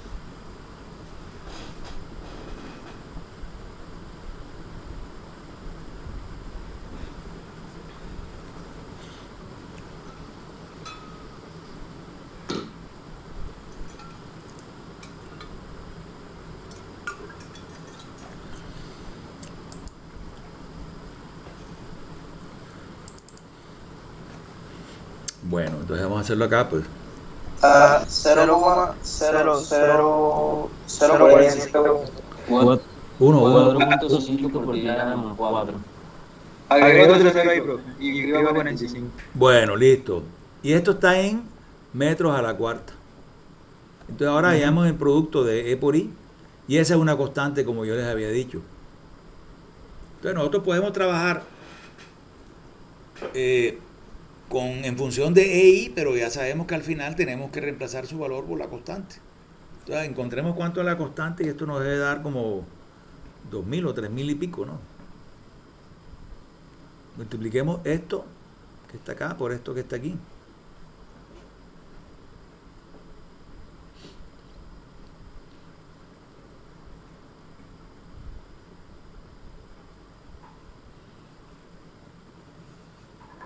$0.969. Repíteme, por favor. 0.969. No, tiene que dar más. Este es 2 millones. 9.69, ¿no? 969. 969. 969, eso sí. Ahora esto 22, redondeando. Punto 22. Esa es la constante EI. Ahora, pero fíjense una cosa, miren. Esta EI está en el denominador de la ecuación esa. O sea que entre más grande sea EI, más pequeña va a ser la deflexión. ¿Sí o no? O al revés, entre más pequeño sea EI, más grande será la deflexión de la viga. Ese es un dato importante para saber cómo podemos controlar la deflexión. Las unidades de esto serían toneladas de fuerza por metro cuadrado. Entonces ahora lo que hacemos es, y entonces aquí estaríamos hablando de no hemos ni siquiera arrancado con el punto 1, ¿no? Simplemente esto es como el prólogo. Entonces el primer punto es colocar, si tenemos aquí la viga, nuestra viga, colocar una carga ficticia P en el sitio y la dirección donde queremos hallar la deflexión. Entonces, realmente aquí en la viga existe una carga, no recuerdo cuánto era de 3 toneladas. Aquí existe esta carga de 3 toneladas, pero nosotros vamos a decir, no, esta carga ahora vale P, y esto lo coloco aquí entre paréntesis. Entonces la viga se deflecta, llega a este punto al B' aquí, y a mí me interesa cuánto es la distancia esta de aquí hasta acá. Vamos a llamar esto distancia de flexión vertical de B. ¿Qué pasaría si yo quisiese hallar la deflexión, no la vertical, sino la horizontal? ¿Cuánto se desplaza aquí? Entonces, en vez de colocarle la carga en sentido vertical, se la coloco en sentido horizontal. O si yo quiero hallar el momento, entonces en vez de colocarle una carga P, y le coloco un momento P. Pero en este caso solamente nos vamos a conformar con hallar la deflexión vertical del punto. Entonces, ahora sí, apoyémonos un poquitito en esto de esta acá. Entonces, fíjense que acá, esto que está aquí es un diagrama de cuerpo libre. Entonces, el diagrama de cuerpo libre consiste en hacer un tajo, una sección en una estructura determinada, y entonces contemplar ya bien sea la parte izquierda o la parte derecha a partir del tajo. Y entonces ahí en el tajo contemplar que hay una serie de momentos y cortantes internos que tenemos, que nos van a servir para encontrar cuánto es la ecuación de momento. Entonces yo podía, haciendo el diagrama de cuerpo libre para encontrar cuánto es la ecuación M mayúscula, esta que está acá, yo podría hacerlo con esta parte izquierda, o podría hacerlo con esta parte derecha. Pero si me meto con la parte izquierda, entonces tengo que involucrar la reacción y el momento que está actuando en la viga. Y si me meto por la parte derecha, solamente tengo que contemplar la carga P. Entonces es más fácil. Se trabaja menos trabajándolo de derecha hacia izquierda, cogiendo el origen en B. En otras palabras, yo lo que voy es a plantear un eje cartesiano que está ubicado aquí. O sea, este sería el eje X y este sería el eje Y. Y voy a trabajar entonces, si esto es un eje cartesiano, entonces este es el 1, 2, 3 y cuarto cuadrante. Entonces voy a trabajar aquí estoy trabajando realmente en el tercer cuadrante. ¿Y qué es lo que tengo ahí en el tercer cuadrante? Esta parábola que está aquí, punteada en rojo. Y esta parábola tiene un punto de corte aquí. Y ese punto de corte medido hasta el origen, aquí en el punto B, es precisamente la deflexión que yo quiero hallar. Pero básicamente lo que estoy haciendo es que estoy cogiendo el origen de coordenadas aquí en la punta del voladizo. Y entonces estoy trabajando con coordenadas negativas. Entonces yo voy a cogerla de 0 hasta L, en valor absoluto hasta creo que es 3 la longitud de la viga. Esa va a ser la integración mía. Entonces, cuando yo le coloco esta carga ficticia, entonces me queda este diagrama de cuerpo libre considerando solamente la parte de la derecha. O sea, el corte, la punta del voladizo, el nudo B, y aquí en esta parte, en el nudo B, voy a colocar la carga ficticia P, que tiene un valor real, que es el valor de 3 que está acá, pero que por el momento yo lo estoy reemplazando por la carga ficticia. Y entonces aquí voy a tener un cortante B, y voy aquí a tener, aquí en el sitio del corte, un momento M mayúscula. El que me interesa a mí es M mayúscula. Y entonces esta distancia que está aquí, de aquí a acá, es una distancia X cualquiera. Entonces, si yo tomo momento con respecto a este punto de aquí, obtendría momento igual a la fuerza B, como pasa por el mismo punto, el brazo de palanca es 0, y entonces me da 0. Y la única que queda es esta fuerza de acá, P. Y el brazo de palanca de ella es X. Entonces el valor del momento mayúsculo en función de P será P por X. Pero nosotros hemos hecho una convención de signos, que es esta que está aquí. Que decimos, si la viga se deflecta hacia abajo, o sea, si la curvatura es cóncava, así como está ahí, entonces la parte de arriba está tensionada y el momento lo llamamos un momento negativo. Entonces le vamos a colocar aquí menos, teniendo en cuenta esa convención de signos. Lo siguiente que vamos a hacer es, que sería el segundo punto, es ya sería ya el tercer punto, allá la derivada parcial. Fíjense que el segundo punto de resolver la viga como tal, le sacamos el cuerpo cogiendo la parte derecha del diagrama de cuerpo libre, no metiéndonos con B y M, la reacción en el empotramiento de esa viga. Y entonces aquí puedo obtener la derivada parcial. Recuerden que ahora la variable mía es P. Y entonces aquí me quedaría menos X. Sería la derivada parcial. El tercer paso sería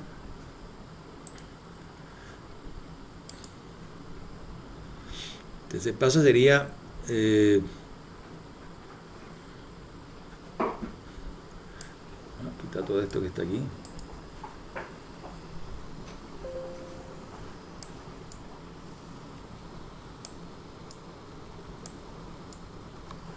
Y el tercer paso sería hacer el producto M por DM. Voy a hacerlo acá y me lo voy a llevar ya hacia allá. Yo digo M por DM dP, que sería este paso de aquí. M por DM dP, o esta parte aquí, M por DM dP. Entonces ese valor me da menos por menos da más, y aquí tengo P por X al cuadrado. Entonces voy a llevármelo para acá, digo M de M de P es igual a P por X cuadrado. Y entonces planteo la ecuación de Castigliano. Entonces dice, de flexión es igual a integral entre 0 y L de M de P por una diferencial de X y sobre la constante EI. Entonces voy a trabajar en función de la constante, y como ya averiguamos el valor de esa constante, lo reemplazamos al final. Entonces yo digo, la deflexión vertical del punto B va a ser igual a la integral entre 0 y 3, o sea, de toda la longitud de la viga, de M de P, que es PX cuadrado sobre EI por de X. Entonces simplemente integraríamos, esto sería PX cubo sobre 3EI.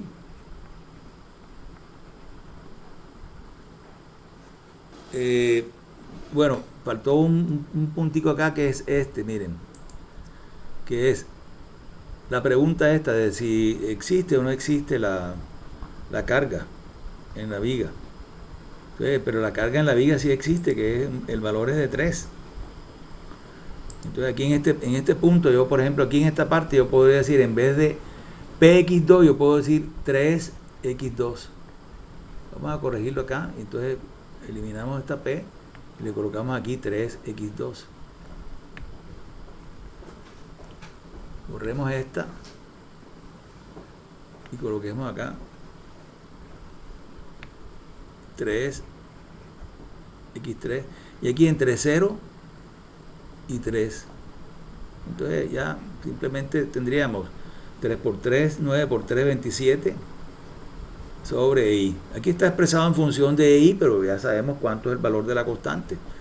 Si yo digo al final de la deflexión vertical del punto B será igual a 27 entre, y aquí lo tenemos, 2.153.811.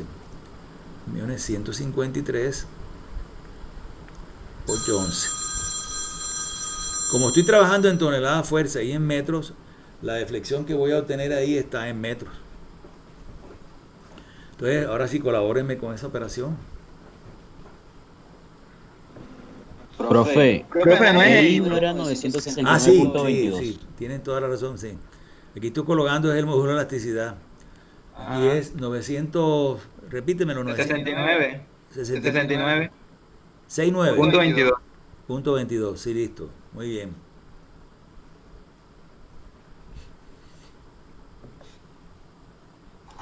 .0.027, profe.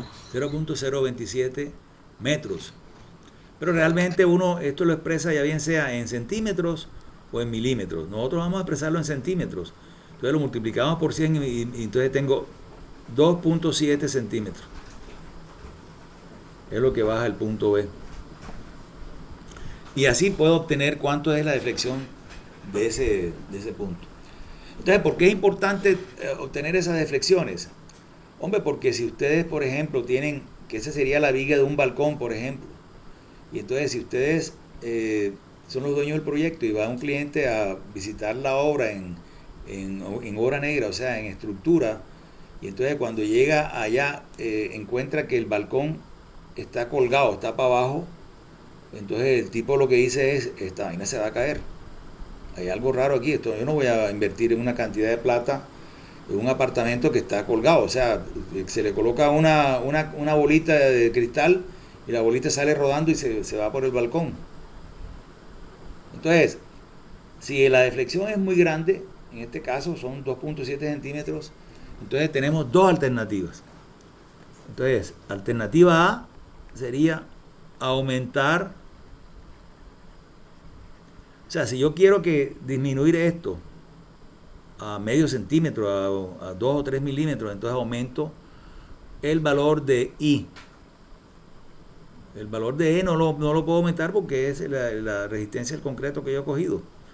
Y al aumentar el valor de I, yo estudio aquí en la fórmula de I, que es más eficiente aumentar la altura porque está el cubo que aumentar la base.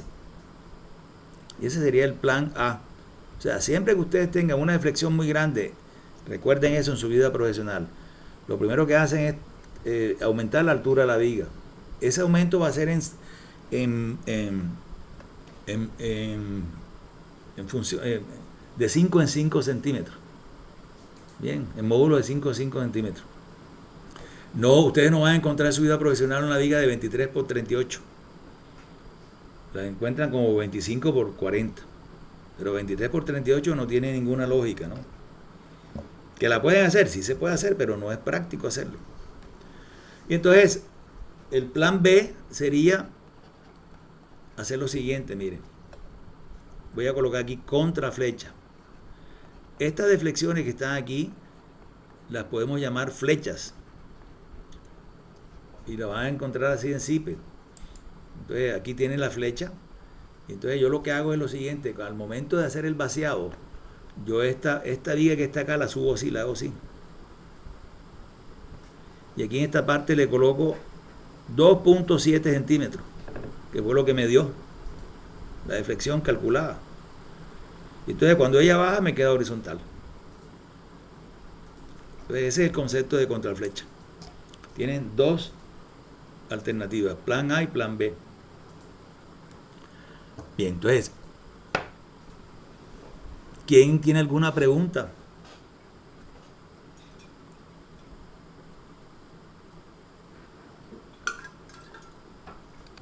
Yo, profesor Robinson, cuando hicimos el cálculo de la integral, usted había dicho que como íbamos a entregar en el plano, la orientación sería, la integración sería en el lado izquierdo, sería negativo, ¿verdad? Y también la apreciación en lo del momento que es cóncavo y negativo. Entonces sería menos 2.7 o es simplemente una consideración que hay que tener en cuenta. Es una consideración que hay que tener en cuenta. Te voy a explicar. Cuando tú dices que el momento es negativo, entonces de una vez dice, bueno, fíjense que ustedes en el curso de hormigón 1 entonces van a estudiar el maridaje. Hay un matrimonio ahí entre el hormigón simple y el acero. Entonces, ¿por qué se da ese matrimonio? Porque el concreto simple es muy malo para los esfuerzos de tracción. Entonces, donde haya tracción, entonces inmediatamente le colocamos una barra de acero. Aquí le colocamos una barra aquí, así. Y ya suplimos la deficiencia del concreto en la parte de tracción. Si se trata de lo que está en la parte de abajo traccionado, entonces el acero se lo debemos colocar por la parte de abajo. Entonces, cuando el maestro le diga a ustedes, mire, ingeniero, ¿cuánto es el acero negativo? Ya ustedes saben de qué está hablando el tipo, ¿cierto? Acero en la parte de arriba. O, ingeniero, díganme el acero positivo de esa viga. Está en la parte de abajo. Listo, esa sería la convención que hemos hecho porque les va a facilitar su vida profesional. Pero hubiéramos podido coger la convención contraria. Lo único que estábamos, es como si estuviéramos manejando en contravía. Entonces, todo el mundo va para la derecha y yo voy para la izquierda. ¿Por qué? Porque, yo soy un tipo rebelde. No, vamos a moldarnos a las convenciones que ustedes van a encontrar en su vida profesional. La otra pregunta es que está bien, yo estoy trabajando en el lado negativo, pero estoy tomando en valor absoluto la longitud de la viga. O sea, yo sé que esta distancia que está aquí es de 3. Entonces, mal haría en colocarle el límite. Yo la verdad es que sí le podemos colocar límites negativos a las integrales. No recuerdo esa parte en el cálculo integral. Yo creo que no. Creo que no sé, pero valdría la pena averiguar que si las integrales se le pueden colocar límites, no sé, de pronto sí. Sí, no estoy seguro. De pronto sí, Sí, pero no de sé. pronto sí. De pronto sí se le puede colocar límite negativo. Y si le colocamos límite negativo, entonces lo que estamos diciendo es que la deflexión te está dando una vez con el signo, para abajo, mira. Si tú le colocas aquí... Exacto. A eso es lo que me refería, que ya en sí ya uno sabe que, claro, que si tú le la colocas deflexión aquí es hacia menos abajo. 3, es una buena observación. ¿Quién Exacto. me está hablando? ¿Quién hizo la observación? Estuvo muy buena esa observación. Robinson. Muy bien la observación, Robinson. Entonces, si la cogemos con signo negativo, inmediatamente aquí obtenemos el signo incluso. Porque lo que estamos hallando es en esta parábola que está ubicada aquí, entonces estamos hallando este segmento que está acá. Y este segmento es negativo. Muy buena observación. ¿Quién tiene alguna otra pregunta?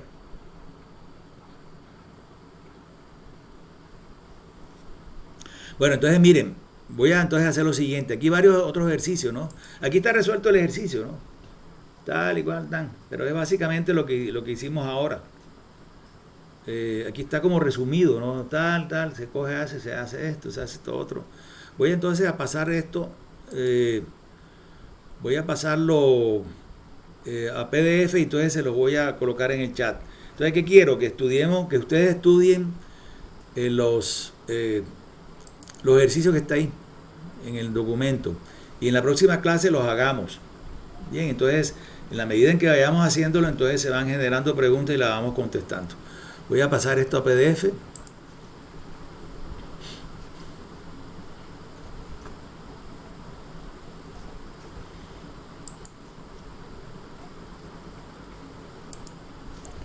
Vamos a ver qué tiene aquí. Así está, aquí está todo, miren. Sí, está bien. Pero entonces ustedes van a estudiar este siguiente que sigue ahí, que es la misma viga, pero ya no tiene una carga puntual, sino tiene una carga uniforme. Y yo creo que hay otros ejercicios ahí con vigas simplemente apoyadas. Entonces vale la pena que repasen eso y entonces los resolvemos en la clase que viene. ¿Quién tiene alguna última pregunta? Un momentito, yo ubico. Esto se me está bloqueando, ubico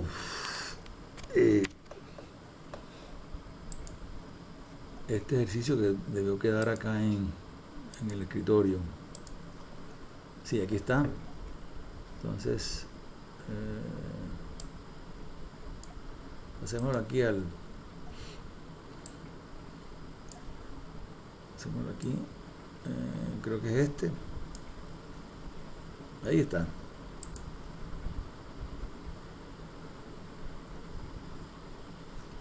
Bueno, entonces lo que quiero es eso, que entonces lean el resto del documento y entonces terminamos los ejercicios en la clase que viene. O sea, en la clase ya sería la del lunes, ¿cierto? El lunes que viene. ¿Ok? ¿Alguna última pregunta? Todo claro. Listo, pues, entonces que tengan una buena tarde. Hasta luego. Claro, profe, gracias. Gracias. Igualmente, vemos. Buenas noches, chao.